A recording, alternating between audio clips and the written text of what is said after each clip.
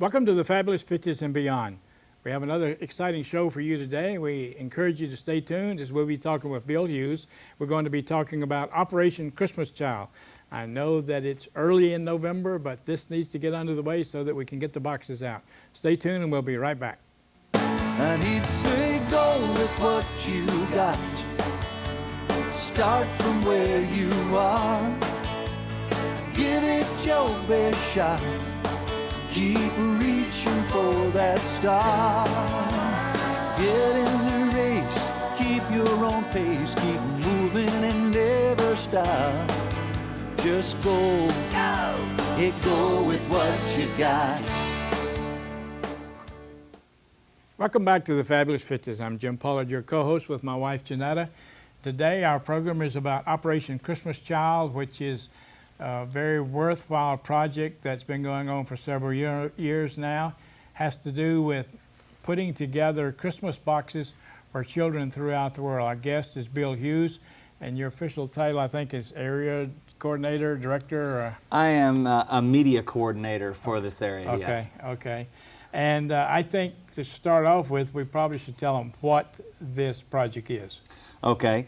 Operation Christmas Child is a worldwide outreach event sponsored by Samaritan's Purse, and it is an opportunity for any family to create a Christmas gift for a child in an impoverished country, and those gifts are distributed on or around Christmas time, and they also include the story of Jesus in that person's native language. Just as a sign of love, they received all kinds of gifts in the box, or necessities that they might have for school or for personal hygiene, and some other toys and clothing and some things like that. But the main thrust of the whole drive is to let these children know that Jesus loves them, and that's why I sent you this gift. How many, approximately how many were given out last year? Approximately 11 million shoeboxes were given out last year. And that's in addition to the another drive that was done earlier in the year to help with tsunami victims that had occurred in 2005 as well. So there was an actual drive around Easter time in 2005 as well. So there were even more shoeboxes when you include those. And they go all over the world, don't they? They do. They go all over the world. 20-something countries are impacted by Operation Christmas Child. There are gifts that are distributed in the United States, but a lot of them go overseas. And a lot of these children have never had anything. That's right. From what we've understood, there are a lot of children who will keep the box that the gifts come in. They will take the wrapping paper off of the box and decorate the walls of their homes with it.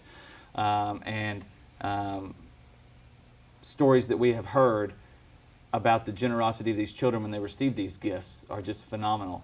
How someone who, as you said, didn't have very much at all will turn around and give half of what was in their box to someone else, and they'll all share within a community. And that's why it impacts families, because that generosity that's shown from people here to children abroad is then shared. That generosity spreads through the family and through the communities where those people live.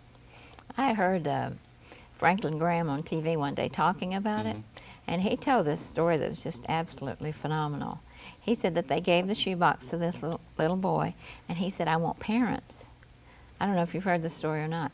And they said, well, we don't have any parents for you, but we have some gifts for you. And they do encourage you to put your name and address in there and to write them a note, and then sometimes they write you back. I know you're going to talk about that some. But anyway, this little boy contacted these people, and then they started corresponding. And do you know that couple ended up adopting that child? Oh, really? I had not heard that story. I heard that. That is a wonderful story.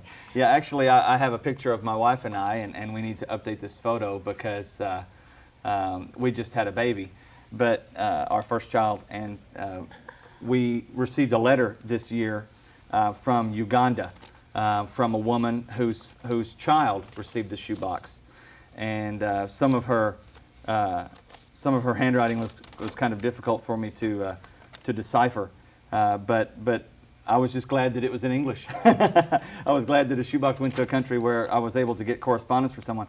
And she has a little boy, and he sent some artwork, and so they included that in there. And we're going to write back to this woman, and we're going to let her know. You know, she asked if we had any children in her letter, and so we're going to write back to her and say, yes, we do have a child now. And she wanted to know what our hobbies were, and she wanted to know about our faith, and she told us about her faith in Jesus. And so she's hoping that we'll become pen pals, and we're going to do our level best to try to continue that relationship. So there are friendships and there are connections that are made worldwide because of this outreach. Yes, I did. I had a contact in Romania. Not actually from the people because they didn't speak or write English, but they had someone who corresponded for them. Right. Yes, and I kept up with her for quite a while. That's the real fun part. That's the payoff I think that we get. You know, we do something because we might feel compassion, or we might feel empathy, or we might even feel pity for someone who might not have the blessings that we have. But the payoff for us is the knowledge that we've helped someone, and then when we get something like correspondence from one of these families or households, then that is an even more of a warm feeling that you get of the knowledge that yes, you have truly made an impact, and it made enough of an impact where that person felt the need to sit down and write you about it. And actually, on the one that I was in contact with, our Sunday school class ended up getting together 2 huge boxes of clothes and sending them over there. This was after, after the Right, just Christmas. directly to that person. Yes. Right. That's wonderful. There are some suggestions for what you can put in a shoebox and what you shouldn't. They're suggesting that you put in there personal hygiene items like soap, toothbrush and toothpaste, washcloths, things like that. School supplies, pens, pencils, notebooks, coloring books, crayons, pencil sharpeners, things like that. And then the rest is up to you as far as what you want to do, clothing or toys or candy, whatever the case may be. Well, since we're talking about what goes in it, I think one of the things that we probably should talk about is what we put it in. I know it's a shoebox thing, but you can't always find this nice size shoebox. So I understand some people have gotten creative about their boxes. What about that? I have been to the regional processing centers where you actually go through these shoeboxes and you pull out the items that are inappropriate. Sometimes people will put a bottle of shampoo or a bottle of cologne, or they'll put something that will break, something that's glass, like a glass mirror. We pull those items out, and they're given to local charities in the area. For instance, the center that I was in Atlanta, Georgia, and so they gave them to spouse abuse centers, and they gave them to other ministry groups. But we go through the boxes and we pull out things that will melt, things that will break, things that will damage if it gets on something else in the box.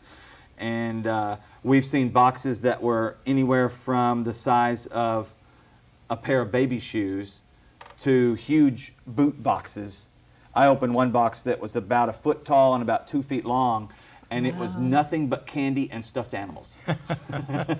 And so people are very creative. Sometimes people will find a nice shoebox like this. A pair of sneakers comes in. Some people will go to one of the discount stores where everything's $1 or something like that, and they'll buy some of the plastic shoe boxes that sometimes ladies use in their closets, and they can stack them up.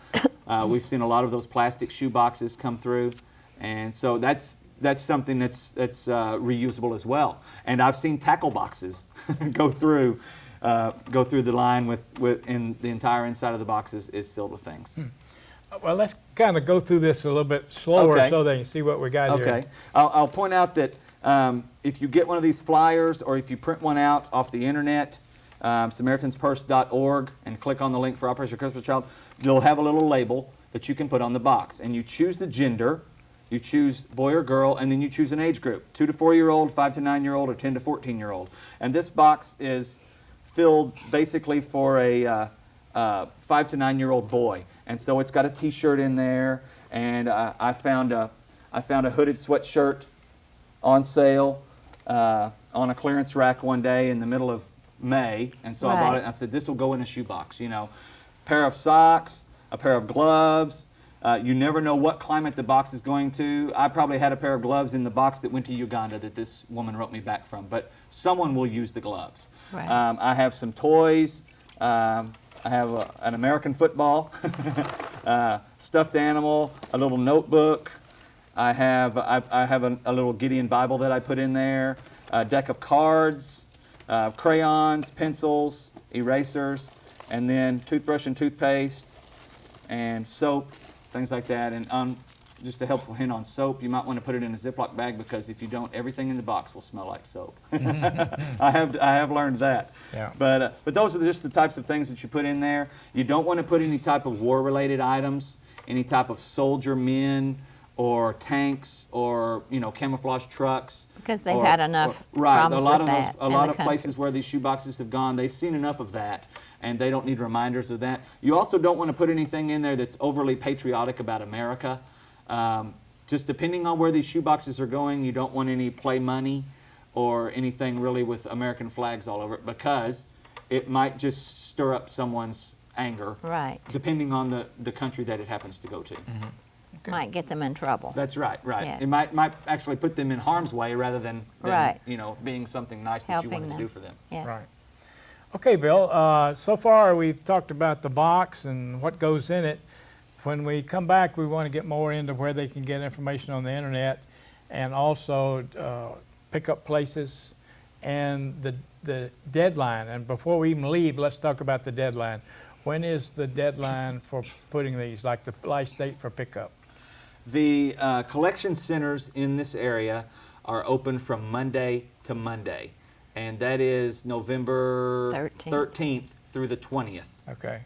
And we'll cover where you can drop off your boxes within this area in just a moment. All right. Well, we're going to take a break now, and you stay tuned. Pam and Jeanetta are going to come in and talk about nutrition, and we'll be right back.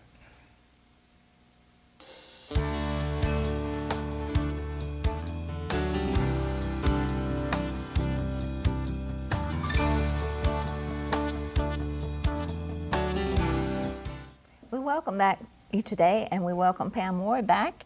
It's so nice to see you again. It's nice to be here. Pam is the registered dietitian for Western Baptist Hospital, and she comes each week to share with us some of her thoughts on nutrition and health and, just All of that. all of that and some more too, right? Right.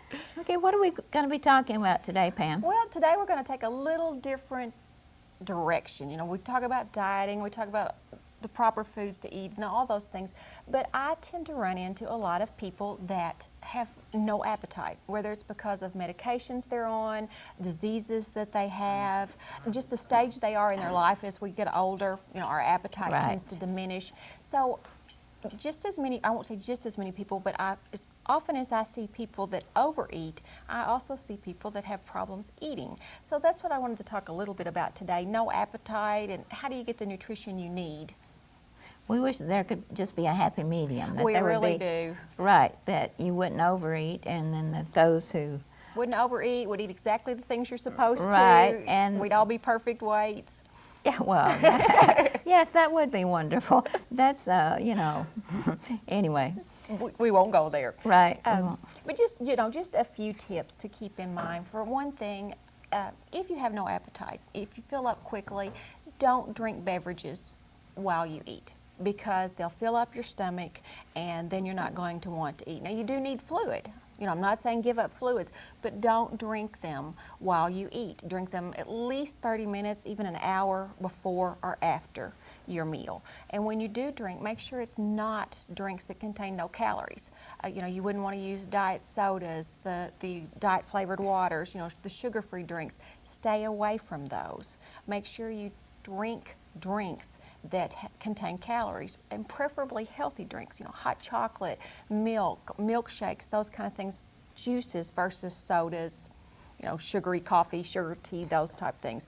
But don't ever drink beverages that are calorie free, because it's hard enough to get enough calories in when you have no appetite, and when you start filling yourself up with those type things, you make it even more difficult. It's hard for those of us who, would like to cut back to think, to imagine. But I know that there are. There really are. people, and, when their illnesses, like I know that's a lot of it. Well, and a lot of times, unfortunately, in this area, because we have such a high rate of smoking, we have a lot of breathing disorders.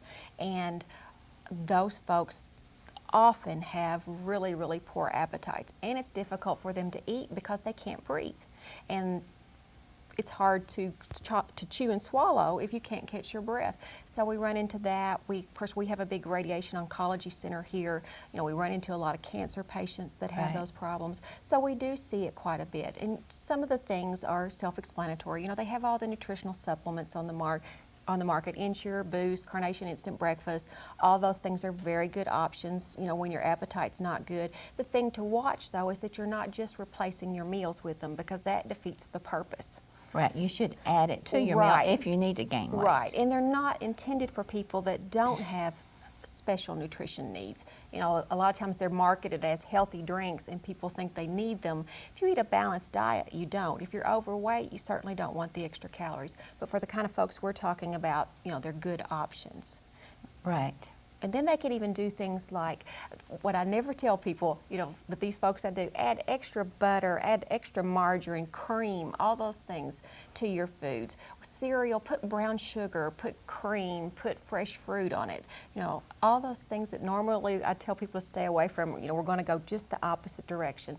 Peanut butter is a great option. Spread it on apples, celery, bread, of course, crackers, you know, all those things are good ways to add some calories. You can even take dried milk, like Carnation Instant powdered milk, and add it to your milk and make sort of a super high protein, high calcium drink.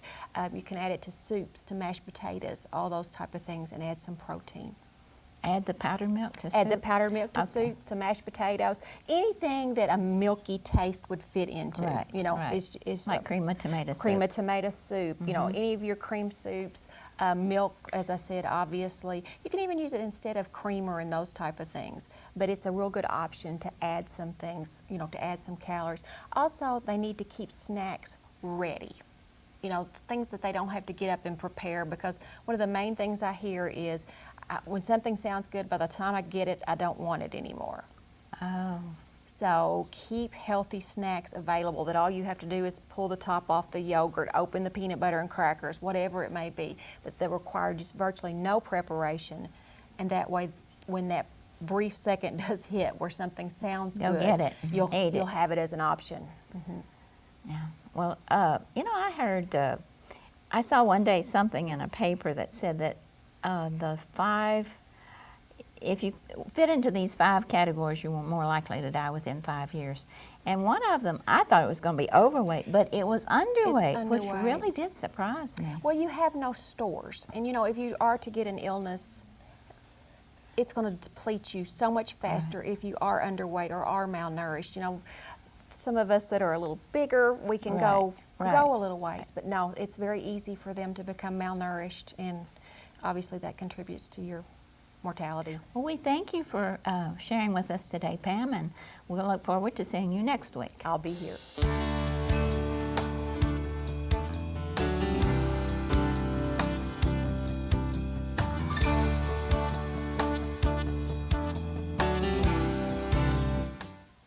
Welcome back. I'm Jim Pollard, your co-host, with my wife, Jeanetta. Our guest today is Bill Hughes. We're talking about Operation Christmas Child. I like to call it Operation Shoebox, because that's basically what it is. And it's a process or a project that puts together different sized shoeboxes full of different items that are used as gifts to mainly children in foreign countries. That's correct. We talked about the container or the box itself and what was in it. Let's talk about some of the projects, because in the break we talked about the different ones, youth groups, different things, getting people to take this on as a project. Talk about that. Well, there are church groups that do it. I would say predominantly it's church groups that take this on as a project, or an entire congregation will take it on. And Sunday school classes will sometimes compete with each other to see how many shoe boxes they can get. Church youth groups will do it. Our church youth group has, for the last 3 or 4 years, taken donations from some of the older folks in our church that maybe couldn't get out and couldn't go shopping to fill a shoebox. And so they would make a cash gift to the youth group, and the youth group will take a day and they'll go eat pizza and they'll go shopping, and they'll do about 20, 25 shoeboxes on their own that day. And we'll have an instant camera, and we'll take their pictures, and we'll tape the pictures to the tops of the shoeboxes when they wrap them. And there are civic groups that do it, scout troops, brownie troops, school groups do it. There are a lot of elementary schools that get involved as well. So there are a multitude of different ways that that people can find out how to get involved with their church or with their school. Well, it's so important too. We were talking about, we went to the Santa convention this summer, and I had to do a seminar about, you know, things that children can do that you can teach them at Christmas. And I said, there's nothing more important than teaching them about giving. Right. And then I talked about the shoe boxes. And a lot of people do let their children go with them and pick out the things. You know, they pick out things they would like. Right. And most of the parents that I know end up doing shoe boxes for children that are about the age of their children. Right. But because their children get to take ownership in that as well. It's almost like having a brother or a sister that you're Right. buying presents for. And so, you know, they know what they like, and everybody in the family knows what size to get, you know, and so they end up doing shoe boxes typically for that same age group. And it's just such a great thing to teach these kids about giving. Right, right. I don't think you can overteach generosity and thankfulness. Especially, they just don't realize that kids, until they're told. And other countries do not have these things Right. that we have Right. in abundance. That's right. Well, it's always been gratifying to me when a kid would come up to me while I was in the Santa chair and say that I went through my toy box and pulled out the toys that I don't play with anymore and gave them to an organization or a group, Right. so that someone else could benefit from them. And I mean, some of these kids would literally clean out last year's toy box and give them away for the new year. Of course, they probably got it full. Yeah, for it got for the new replenished got again. replenished without any problem also. And that's been one of the things that we've talked about, is the overabundance of giving at Christmas time to the kids in this country, where kids in other countries are just literally go without. So we in America don't know how fortunate we are until we've been in another country.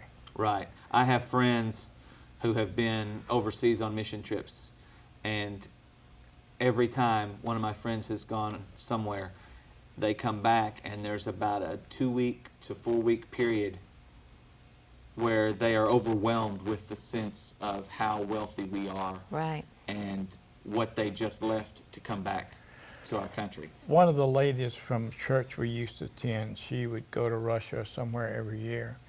And I remember the last trip or the next to the last trip, when she came back, she said, I'm going to get rid of all my clothes except 1 or 2 outfits, because she just got so touched by the way the others live. And I get tickled. I'll kid her. She'll say, I don't know what I'm going to wear. I said, it's because you got too much to wear. You're having a hard time making the decision is what it is. Right. And that's what it boils down to, is we have this overabundance, and then we're going to say, what am I going to wear?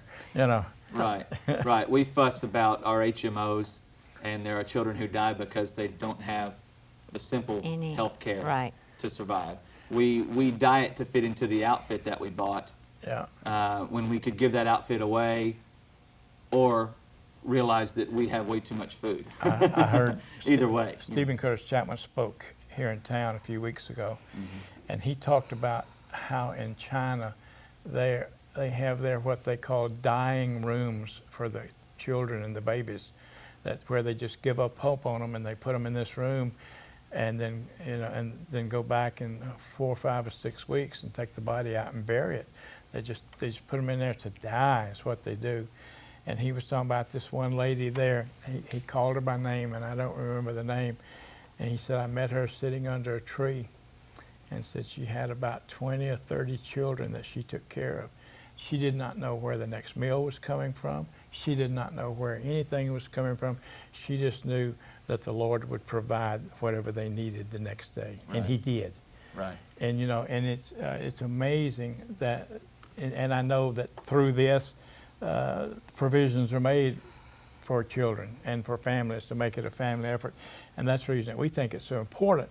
And let's talk about pickup places. Okay.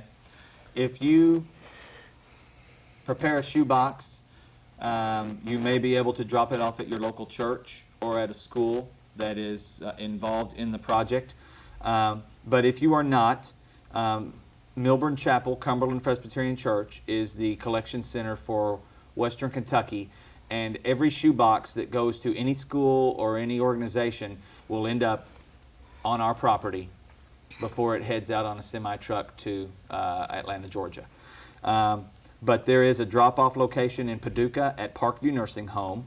There is one at Milburn Chapel Church, which when we do the drive, we will be in our brand new church facility. So if you have brought items to Milburn Chapel before, we will be in a new location about 6.5 miles west on Highway 60 from the Interstate 24 exit where Kentucky Oaks Mall is. And we'll be on the right, about 6.5 miles out. So those two locations are in Paducah and McCracken County. There's also a drop-off center at Life Care in La Center, Kentucky, and at First United Methodist Church of Mayfield, and at Beulah Baptist Church in Fancy Farm, Kentucky. And if they miss this, they can go on the website and put in their zip code, can't they? And they'll tell them, Yes. tell them where they can take Right. the boxes. SamaritansPurse.org is the website, and then this time of year there's always a big display on the website for Operation Christmas Child, and you click on that link and it will say find a collection center near you, and you punch in your zip code and it will list all of these places that I just told you about. Okay, and we need to tell them that there's only 1 week when they can pick it up. They can Right. take them. When they can drop them off, and that is the 13th through the 20th of November. That's beginning on a Monday and ending on a Monday. And the collection center hours are 9 a.m. to 7 p.m. Now, if you get a shoebox and you can't get it to one of these collection centers, one of these drop-off locations before then, you can mail it to Operation Christmas Child. You just have to go to SamaritansPurse.org and get the address off of there. Well, Bill, we appreciate you being here today. You can tell that it's close to our hearts, and especially my wife. She's been doing it for years, I think ever since they first started it. So we like to talk about it each and every year, and we're glad that you've been with us today and give us this good information. We want to encourage you and our audience out there to come back to us every week. We'll have something interesting and exciting. It seems like our theme this month is volunteerism and doing stuff for others, but since it's November and we want to think about that, so we want to encourage you to come back and be with us next week. Remember, our website is www.thefabulous50s.net, where you can find information about our programs, and we encourage you to go there also. Jeanetta, give them our address. P.O. Box 7, Bowes, Kentucky, 42027. Use it or lose it.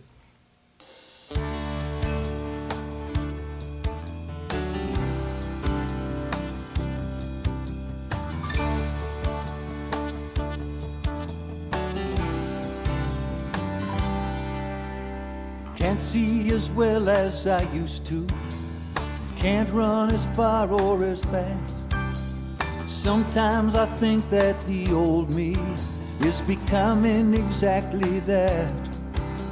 But when I start thinking of all I don't have, that's when I tell